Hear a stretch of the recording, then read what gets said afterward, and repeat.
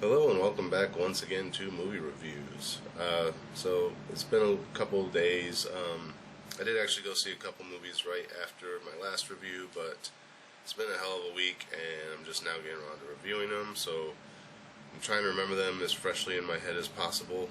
In case you're wondering, I was going to do it the next morning, and then I ended up coming down with a head cold, so I'm just now getting over. I don't know if you can hear it in my voice or not, so if I sound really congested or you start seeing a lot of jump cuts in the video, that's just me editing out anytime I start coughing or sneezing or something.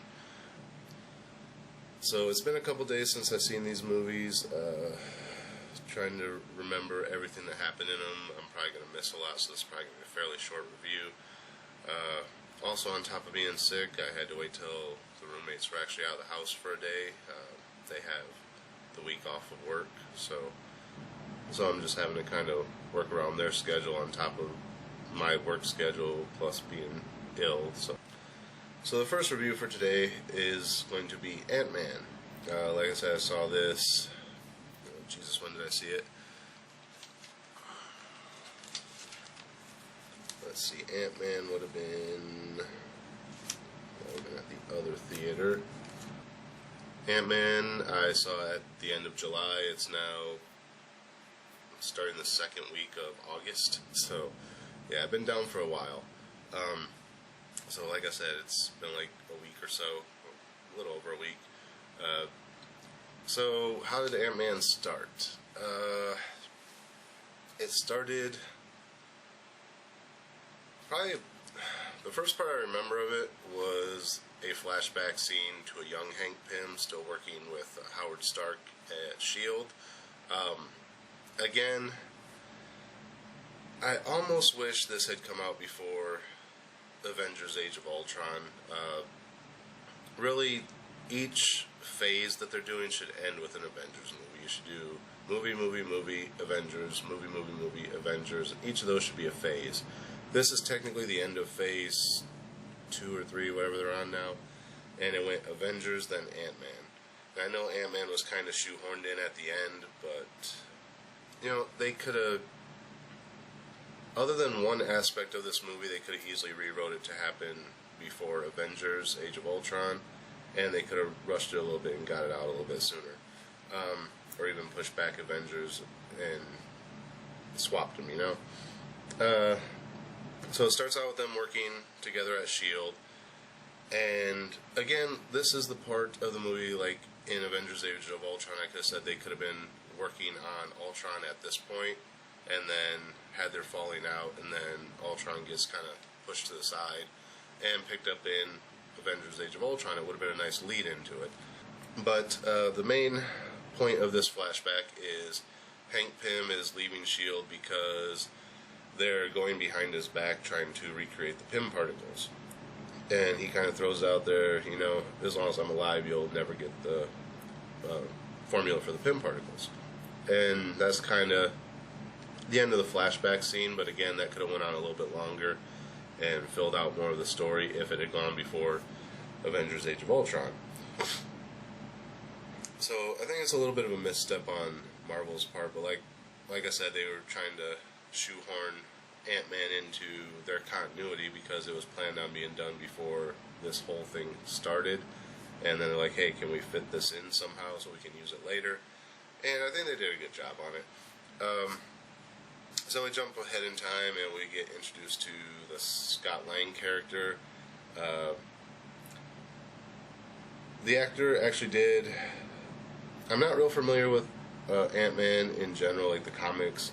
I know the Hank Pym story basically from a lot of the animated stuff, but as far as like Scott Lang, I don't really know him that well, but based on the little bit that I do know of him, I think what's the actor's name, Paul Rudd, I think he did a decent job as Scott Lang, better than I thought he would be. You know, I heard a lot of people naysaying it when he was first announced, and I was like, yeah, you know, I'll give him a chance, see how it goes, and he actually, as far as I'm concerned, I think he nailed it, but like I said, I'm not real familiar with the Scott Lang Ant-Man, as some other people might be.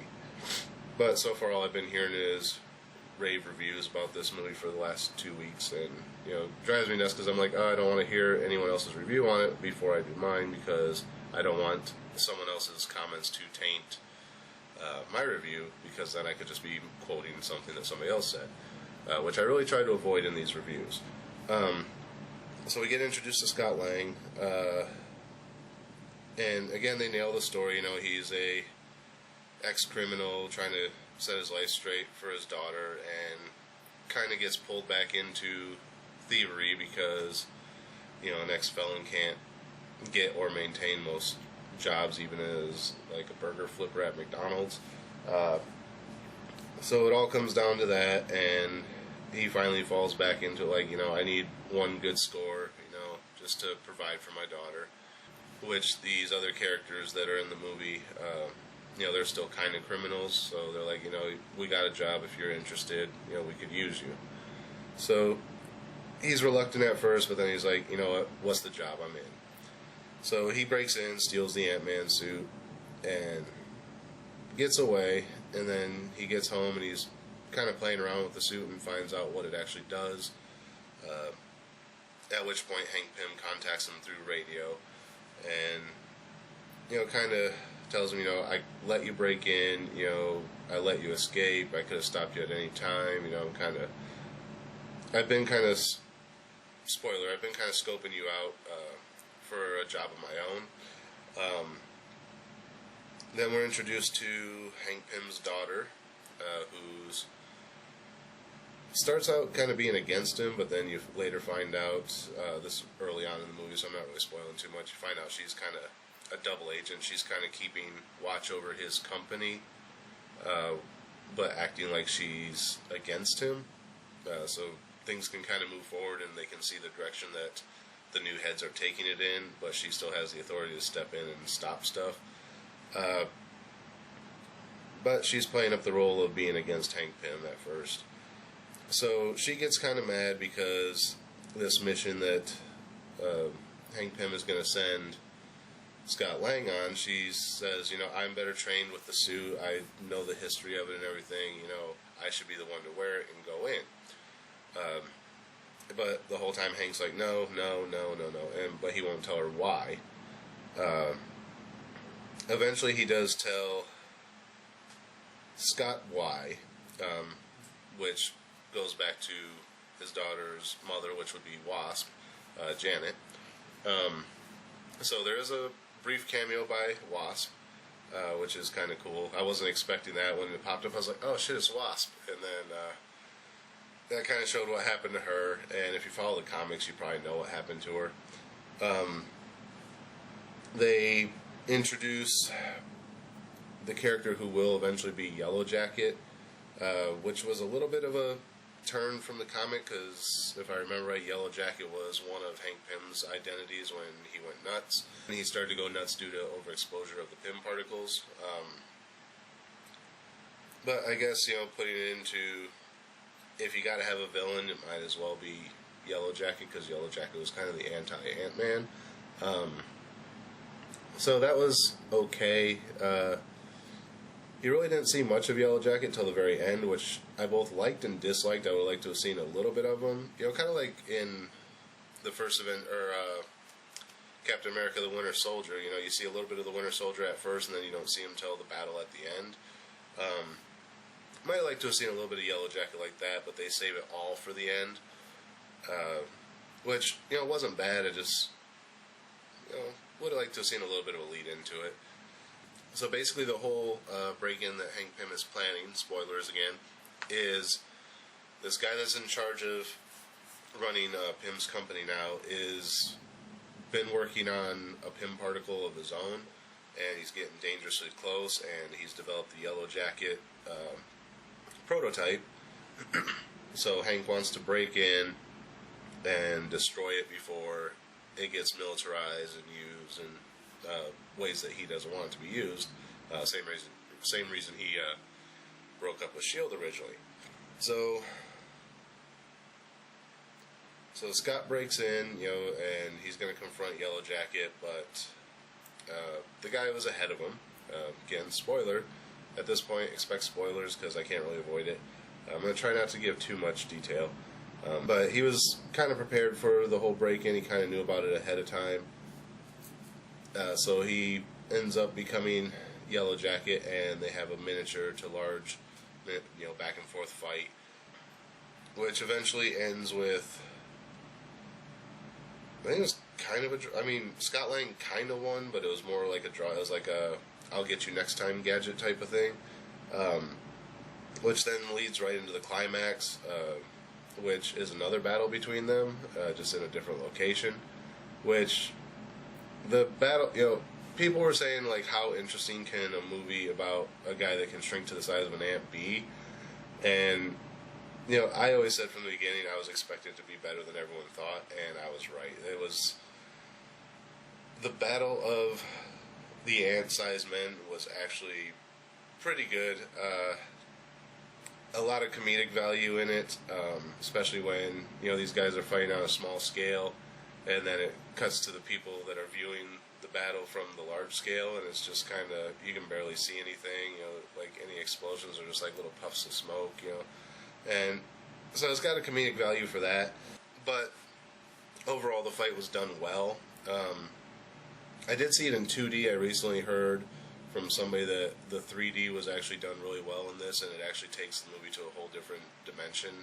No pun intended, but this person's not a big proprietor of 3D either. Just like I'd rather see it in 2D than 3D. But they said that the 3D was actually worth it on this one. So unfortunately, it's probably going to be out of theaters soon, if not already, because it's been like a week and a half since I watched it. But if I can get a chance to go see it in 3D, maybe over at the cheap theater, because I think it's only like $3 over there for 3D. So maybe if I can get a day off and go see it over there before it's dropped, I might go see it in 3D and just give like a little update or something, just to see how the 3D actually adds to it. But overall, the small fight was actually pretty cool, a lot cooler than most people probably expect it to be. It actually went above my expectations of what I thought it would be. Not super over my expectations, because it was still, there's only so much you can do with it, especially with the CG aspect. Nothing really chart-topping over, like what they did with Honey, I Shrunk the Kids, but at the same time, because it was an action film, and that was just kind of a comedic drama, they did a lot more with it. But yeah, overall it was pretty good. And that pretty much leads into the end of the movie. The one thing that I said about why this had to come after Avengers Age of Ultron, that they could have easily wrote around. At one point when they're setting up for the heist to break in to get the Yellow Jacket program and destroy it, Hank says he needs this device that he left, that he entrusted to S.H.I.E.L.D. back before he left, and Scott Lang is like, okay, well, I can go in and get it, where's that? He said it's in one of Stark's old warehouses. He goes, okay, well, no problem. If it's an old unused warehouse, it shouldn't be that guarded. Well, when they get there, it's the new Avengers training facility, which you see at the end of Avengers Age of Ultron. So there is an appearance by an Avenger.